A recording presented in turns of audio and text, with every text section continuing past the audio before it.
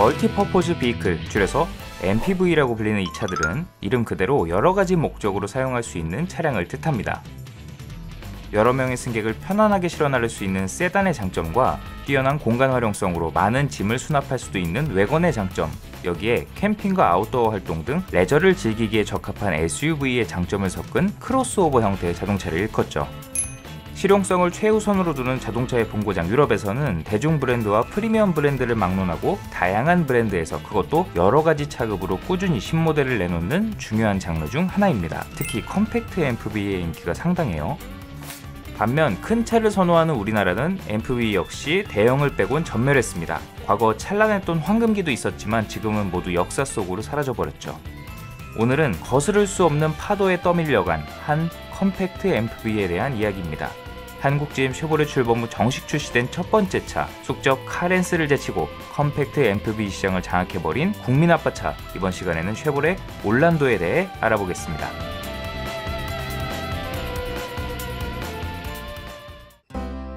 초기 국내 컴팩트 MPV 시장은 95년 출시된 현대전공의 산타모를 시작으로 이후 등장한 기아 카렌스와 카스타, 대우 레조 4모델이 경쟁하고 있었습니다. 그때만 해도 IMF 외환위기의 여파가 남아있었고 전편의 경차와 같은 저렴한 유지비의 경제적인 차를 원하는 소비자들이 많았죠. 당시 7인승까지 승합차 혜택을 받을 수 있었던 규정에 힘입어 저렴한 보험료와 자동차세를 낼 수 있으면서 유류비 부담이 덜한 LPG 파워트레인을 쓴 컴팩트 MPV는 그야말로 안성맞춤인 차였습니다. 덕분에 국내에서 나름 큰 볼륨을 차지하는 차급이 됐죠. 여담으로 이때 세금 혜택을 받으려고 거의 어거지에 가까운 7인승 모델들이 종종 나오기도 했어요. 뭐 이런 거죠. 이후 수명을 다한 현대 산타모와 기아 카스타가 시장에서 빠졌고 기아 카렌스와 대우 레조만 남아 왕년의 인기를 이어 오랜 기간 경쟁했지만 2006년 기아가 2세대 뉴 카렌스를 내놓고 레조가 2007년 후속 없이 단종되면서 기아의 일방적인 승리로 끝이 나게 됩니다. 그리고 2008년 가을 파리모터쇼에 쉐보레 로고를 단 한 컨셉트카가 등장하게 되는데 바로 7인승 컴팩트 MPV 올란도였죠. 이때는 쉐보레도 아니었어요. 시보레였죠. 올란도는 컨셉트카를 공개하고 3년 후인 2011년 출시됐습니다. GM 대우가 역사 너머로 사라지고 쉐보레로 새롭게 단장하면서 정식으로 출시된 첫 번째 모델이었죠. 당시 컴팩트 MPV 시장은 경쟁차 없는 기아의 동무대였지만 인기는 예전 같진 않았습니다. 시장을 장악했던 뉴카렌스 역시 연식이 쌓이며 신선함이 떨어진 상태였어요. 이런 분위기 속에 쉐보레 올란도가 투입된 것이죠. 1세대 크루즈, 즉 라세티 프리미어의 플랫폼을 기반으로 만들어진 올란도는 준중형차를 베이스로 했음에도 중형차를 베이스로 한 뉴카렌스에 비해 전고를 제외한 모든 면에서 넉넉한 크기를 자랑했습니다. 곡선 위주의 디자인으로 부드러운 인상과 승용 감각이 돋보였던 카렌스와 달리 당시 쉐보레 모델들이 그랬듯 직선과 면이 돋보이는 투박한 디자인은 가족을 지켜줄 것 같은 견고하면서도 든든한 느낌을 줬죠. 여기에 거대한 크기의 알루미늄 휠과 검은색 스키드 플레이트를 덧대 SUV에 가까운 터프한 인상이었습니다. 한편 먼저 출시된 기아 모하비랑 아주 닮아서 이 두 차량을 헷갈려 하시는 분들이 종종 있는데 컨셉트카 등장 시점과 개발 기간 등을 생각하면 닮은 건 우연이라고 보는 게 가깝습니다. 아시는 분들도 있겠지만 유튜브 아제라이드 출연으로 유명해진 김태환 디자이너의 손을 거친 모델이죠. For the brand. 실내 역시 당시 쉐보레 차의 특징이 반영된 좌우 대칭형 듀얼 콕핏 디자인을 적용해 안정감이 돋보였습니다. 여기에 은은한 푸른색의 조명을 사용해 미래지향적인 분위기를 뽐냈죠.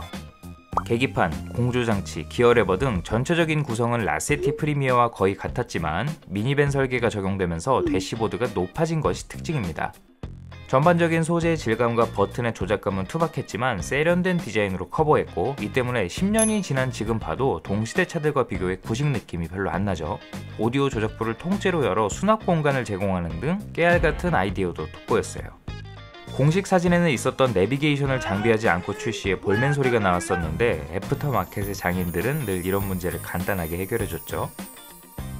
2열 승차감은 단단한 뒷좌석 쿠션과 서스펜션 세팅으로 말랑한 승차감의 뉴카렌스에 비해 안락함이 좀 떨어진다는 평가를 받았습니다. 이 차가 패밀리카로 쓰이는 점을 생각하면 다소 아쉬운 부분이죠.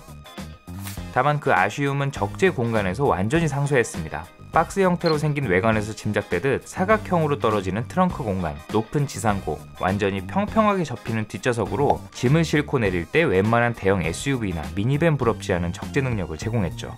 덕분에 부피가 큰 육아용품, 유모차를 싣기에 적절해 어린 자녀를 둔 부부에게 안성맞춤이었고 패밀리카와 업무용 차량의 구분이 없는 자영업자들도 선호했습니다. 2열을 모두 접으면 무려 성인 2명이 발 쭉 뻗고 잠을 잘 수 있을 정도라 최근 캠핑 차박 열풍이 불기 한참 전부터 올란텔이라는 별명이 붙기도 했죠.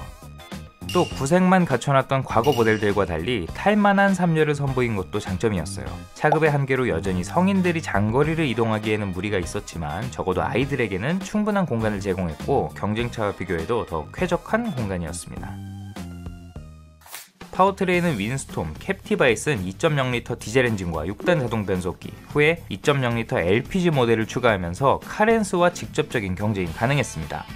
비록 가뜩이나 무거운 차체에 구형 기화기 방식을 쓴 LPG 모델의 성능은 동배기량 기아차 LPI 모델에 비해 좋진 않았지만 LPG를 선택할 수 있다는 것 하나만으로도 메리트가 충분해서 꽤 많은 판매량을 담당했죠.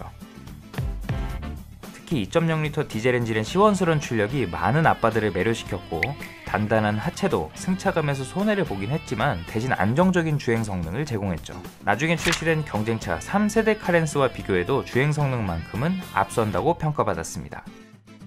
여기에 2011년 유로 NCAP에서 별 5개, 국토부 선정 올해의 안전한 차에 선정되는 등 겉모습만큼 듬직한 안전성까지 더해지면서 결국 계약서에 사인을 하게 만들었죠. 실제로 문을 열고 닫을 때나 차에 앉아있으면 뭔가 두꺼운 게 나를 지켜줄 것 같은 느낌이 들어요. 하지만 일명 보령 미션이라고 불리던 악명 높은 1세대 6단 자동 변속기가 여기서도 발목을 잡았습니다. 궁합이 안 맞는 건 디젤과 LPG 엔진을 가리지 않았어요. 반응이 굼떠 적절한 구간에서 변속이 안 되는 바보 증상은 애교였고 이러다 부서지지 않을까 싶은 정도의 변속 충격, 변속기 과열, 심한 경우 후진이 안 되는 등의 문제가 발생했습니다. 결국 여러 동호회를 중심으로 문제들이 수면 위로 드러났고 자동차 전문 매체의 보도를 통해 지적이 이어졌죠. 한국GM은 변속기 소프트웨어 업그레이드를 통해 급한 불을 끄기로 결정, 2013년부터 개선된 2세대 변속기를 도입하고 나서야 잠잠해졌습니다. 또 주행 중 시동 꺼짐 문제가 간헐적으로 발생했는데 시동 버튼의 오작동이 원인으로 지목됐고 크루즈와 동일한 디자인의 사각형 시동 버튼을 보편적인 원형 버튼으로 교체하면서 문제를 해결하기도 했죠. 결함으로 고생하는 와중에도 2013년 출시된 기아의 3세대 카렌스가 모두의 기대를 저버리고 준중형 플랫폼을 사용하는 자충수를 두면서 게임이 올란도에게 유리하게 흘러갔죠. 이건 기회야. 판매 노선을 대륙이 아닌 유럽으로 설정하면서 작은 차체에 실용적인 패키징을 추구한 올류 카렌스는 올란도와 비슷해지기는커녕 전작보다도 크기가 작아졌고 프라이드 해치백을 불려놓은 듯한 디자인 역시 올란도에 비하면 왜소해 보였습니다. 강력한 경쟁자가 스스로 상품성을 내려놓는 천금과도 같은 기회에 노를 저어야 했지만 정작 그들의 결정은 같이 갑시다. 연식 변경을 통해 뒷좌석 열선 시트, 차선 이탈 및 사각지대 경고, 전방 충돌 방지 경고 등 패밀리카라는 목적에 부합하는 편의 안전사양을 탑재했고 헤드램프와 테일램프에 LED를 적용해 신선한 느낌을 더하는 등 상품성을 개선하긴 했지만 변화폭에 비해 납득이 가지 않는 수준으로 가격을 올렸어요. 이건 너무한 거 아니냐고. 비슷한 사양의 카렌스와 수백만원 차이가 날 정도였지만 그럼에도 카렌스를 압도할 만큼 나름 잘 팔렸습니다. 하지만 2015년 강화된 배기가스 규제에 맞춰 기존의 2.0L 디젤 엔진을 단종하고 소형 SUV 트렉스에 들어간 1.6L 디젤 엔진을 장착해 판매했는데 요소수 장치가 추가된 데다 다운사이징까지 했음에도 가격을 인상해 소비자로부터 서서히 외면받기 시작하죠. 경쟁차가 삽질을 했지만 그 구덩이에 친히 몸을 던지는 이 어이없는 행태는 결국 지속적인 판매량 하락으로 이어졌습니다.